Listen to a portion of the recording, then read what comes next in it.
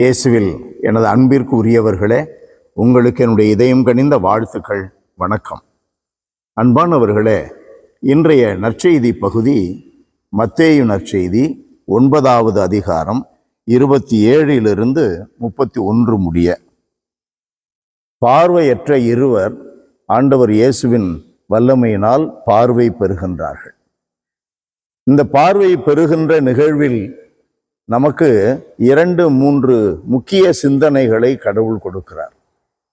அவர்கள் இயேசு அந்த பக்கமாய் செல்லுகிறார் என்ற உடனே ஆண்டவர் பின்னாலேயே கத்திக் கொண்டு வருகிறார்கள், தாவீதின் மகனே எங்கள் மேல் இரக்கமாயிரும், தாவீதின் மகனே எங்கள் மேல் இரக்கமாயிரும். அன்பானவர்களே, அழுகின்ற பிள்ளைதான் பால் குடிக்கும், முயற்சி திருவினையாக்கும், நம்புகின்றவர்களுக்கு எல்லாம் கூடும். இவைகளை நாம் மனதில் வைத்து சிந்திக்க வேண்டும். ஏதோ ஒரு குறிப்பிட்ட வேளையில் நாம் ஒரு வேண்டுதலை வைக்கிறோம், விண்ணப்பங்களை வைக்கிறோம். அதன் பிறகு சில காலம் அது நமக்கு விண்ணப்பங்கள் கேட்கப்படாவிட்டால் உடனடியாக நாம் தொய்வு அடைகிறோம், நம்முடைய விசுவாச வாழ்வு தளர்ச்சி அடைகிறது. பின்னால் கத்திக்கொண்டே போனார்கள். இயேசு அவர்களை அழைத்து, உங்களுக்கு என்ன வேண்டும் என்று கேட்க, பார்வை பெறுவதற்கு அவர்களுடைய விண்ணப்பம் இருப்பதை கண்டு, இதை நான் செய்ய முடியும் என்று நீங்கள் நம்புகிறீர்களா? நம்முடைய வாழ்க்கையில் நம்பிக்கை ரொம்ப முக்கியம். நம்முடைய பழக்க தோஷத்தில சில மனப்பாடம் பண்ணப்பட்ட ஜபங்களை சொல்லிக்கொண்டே போவதனால் நம்முடைய நம்பிக்கை வளர்ந்து கொண்டு இருக்கிறது என்று எண்ணக்கூடாது. அவைகள் தேவைதான். ஆனால் மிக மிக கூர்மையாக நம்முடைய நம்பிக்கை வளர்ந்து கொண்டே இருக்க வேண்டும். நம்பிக்கை உங்களுக்கு உண்டா என்று கேட்கும் பொழுது நாங்கள் நம்புகிறோம் என்றார்கள்.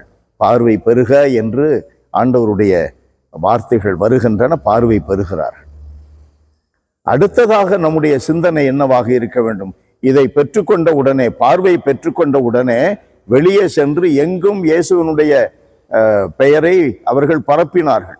ஆண்டவர் செய்த காரியத்தை எல்லாருக்கும் அறிவிக்கிறார்கள். இயேசுவை அறிவிக்கிறோமா? நம்ம சாமி கும்பிடுறோம், நம்ம கோவிலுக்கு போறோம், இயேசுவை அறிவிக்கிறோமா? அந்த கடமை நம் ஒவ்வொருவருக்கும் உண்டே. குருக்களுக்கு, கன்னியர்களுக்கு, பொதுநிலையினர்களுக்கு, நம்பிக்கையாளர் எல்லாருக்கும் அந்த கடமை உண்டாயிற்றே. அதை நாம் செய்கிறோமா? இயேசுவை அறிவிக்க வேண்டும். இதை புரிந்த சகோதரர்களிடமிருந்து நாம் கற்றுக்கொள்ள வேண்டும். எவ்வளவு எதிர்ப்பு இருந்தாலும் குடும்ப வாழ்க்கையில இருக்கிற அவர்கள், அன்பானவர்களே, இல்லற வாழ்க்கையில் இருக்கிற அவர்கள் இயேசுவை மற்றவர்களுக்கு அறிவிக்கிறார்களே. அறிவித்தால்தான் இயேசுவினுடைய விருப்பங்களை முழுவதுமாக நாம் பின்பற்றுகிறோம் என்று அர்த்தம். முழுவதுமாக பின்பற்றுகிறோம், அறகுறையா இல்லை. நம்முடைய வாழ்க்கை இயேசுவை அறிவிக்கின்ற ஒன்றாக இருக்க வேண்டும். உனக்கு கடவுள் செய்ததை அவர்களுக்கு எடுத்து சொல்ல. அறிவிக்கிறதுன்னா பெரிய பிரசங்கம் வைக்கிறது இல்லை. உனக்கு கடவுள் செய்ததை அவர்களுக்கு எடுத்து சொல்லுவதுதான். அதை செய்ய முடியாதா?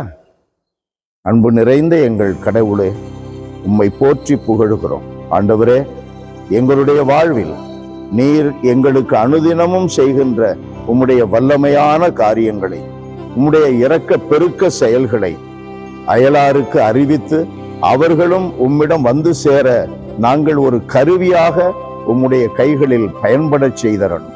இயேசுவின் பெயரால் மன்றாடுகிறோம் தந்தையே. ஆமென், ஆமென்.